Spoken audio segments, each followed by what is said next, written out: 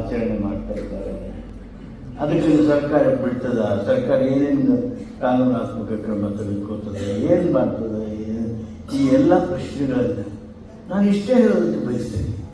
ಇದು ಕರ್ನಾಟಕ ರಾಜ್ಯೋತ್ಸವ. ಕರ್ನಾಟಕದಲ್ಲಿ ಇರ್ತಕ್ಕಂಥ ಪ್ರತಿ ಪ್ರಜೆ ಅವನ ಉತ್ಸವ ಇದು. ಅಂಥದ್ರಲ್ಲಿ ಯಾವುದೇ ಭಾಷಿಕರು ಇರಲಿ, ಯಾರೇ ಇರಲಿ, ಕರ್ನಾಟಕದ ನಾಗರಿಕ ಆಗಿದ್ದರೆ, ಕರ್ನಾಟಕದಲ್ಲಿ ಇರುವಂತಹ ವ್ಯಕ್ತಿ ಆಗಿದ್ದರೆ ಅವನು ಅದನ್ನು ವೈಭವದಿಂದ ಆಚರಣೆ ಮಾಡಬೇಕು.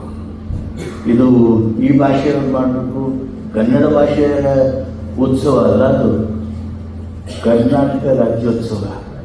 ಕರ್ನಾಟಕದಲ್ಲಿ ಆಗಿರ್ತಕ್ಕಂಥ ಎಲ್ಲ ನೀರಾವರಿ ಅಭಿವೃದ್ಧಿ ಇರ್ಬೋದು, ನಮ್ಮ ಉದ್ಯಮದ ಅಭಿವೃದ್ಧಿ ಇರ್ಬೋದು, ಪ್ರವಾಸೋದ್ಯಮದ ಅಭಿವೃದ್ಧಿ ಇರ್ಬೋದು, ಇತರೆ ನಮ್ಮ ವ್ಯವಹಾರದ ಅಭಿವೃದ್ಧಿಗಳಿರ್ಬೋದು, ಬಿಸ್ನೆಸ್ ಅಭಿವೃದ್ಧಿ ಇರ್ಬೋದು, ಕರ್ನಾಟಕದಲ್ಲಿದ್ದು ನಿನ್ನದೇ ಆಗಿರ್ತಕ್ಕಂಥ ಶೈಕ್ಷಣಿಕವಾಗಿರ್ತಕ್ಕಂಥ ಅಭಿವೃದ್ಧಿ ಇರ್ಬೋದು, ನಿನ್ನ ವ್ಯವಹಾರದ ಅಭಿವೃದ್ಧಿ ಆಗಿರ್ಬೋದು.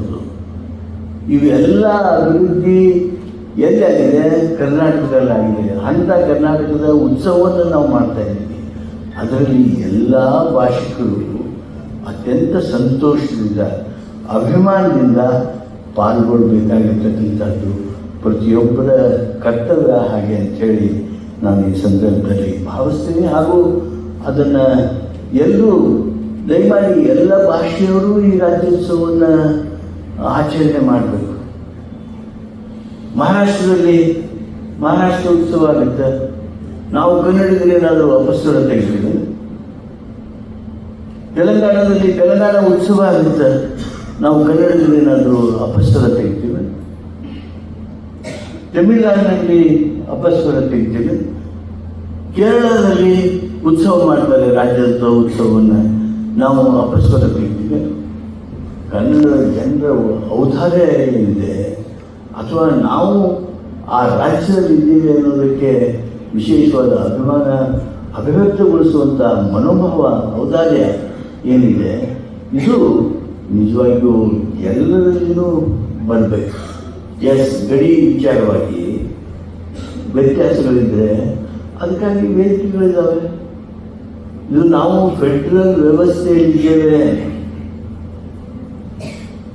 ಈ ಫೆಡ್ರಲ್ ವ್ಯವಸ್ಥೆಯೊಳಗೆ ನಮ್ಮ ರಾಜ್ಯಕ್ಕೆ ಸಂಬಂಧಪಟ್ಟ ಹಾಗೆ ನಾವು ಈಗಾಗಲೇ ಯಾವುದೇ ಸರ್ಕಾರಗಳಲ್ಲಿ ಕರ್ನಾಟಕ ಒಕ್ಕೂಟದಿಂದ ಹೇಳಿದೆ, ಗಡಿ ವಿಚಾರವಾಗಿ ನಮ್ಮಲ್ಲಿ ವಿವಾದವೇ ಇಲ್ಲ. ಯಾರ ವಿವಾದ ಐತಿ ಅಂತೇಳಿ ತಮ್ಮ ಚೆನ್ನಾಗಿ ತಿಳ್ಕೊಂಡು ಏನಾರು ಹೇಳ್ತಿದ್ರೆ ಅವರಿಗೆ ನಾವು ಒಂದು ಸ್ಪಷ್ಟವಾದ ಉತ್ತರ ಕೊಟ್ಟಿದ್ದೇವೆ.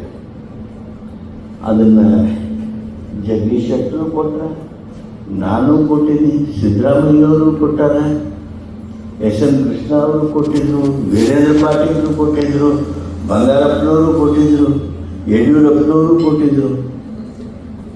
ಕರ್ನಾಟಕಕ್ಕೆ ಗಡಿ ವಿವಾದ ಮುಗಿದ ವಿಷಯ. ಒಂದು ವೇಳೆ ಗಡಿ ವಿವಾದ ಅಂತ ಯಾರ ಬಂದರೆ ನೋಡಿ, ಈಗಾಗಲೇ ನಾವು ನಮ್ಮ ಔದಾರ್ಯ ತೋರಿ ಮಹಾಜನ್ ವರದಿಯನ್ನು ನೇಮಣಿಕೆ ಮಾಡಿದಾಗ ಮೌನವಾಗಿ ಸ್ವಾಗತಿಸಿದವರು ನಾವು. ಅವತ್ತು ಎಲ್ಲ ರಾಜ್ಯಗಳು, ಆಸಕ್ತ ರಾಜ್ಯಗಳು ಹೇಳಿದವು, ಮಹಾಜನ ವರದಿ ಏನು ಹೇಳ್ತದೆ ಅದು ಅಂತಿಮವಾಗಿ ಇರ್ತಕ್ಕದ್ದು, ಎಲ್ಲರೂ ಒಪ್ಪಬೇಕಾಗಿರ್ತಕ್ಕಂಥದ್ದು.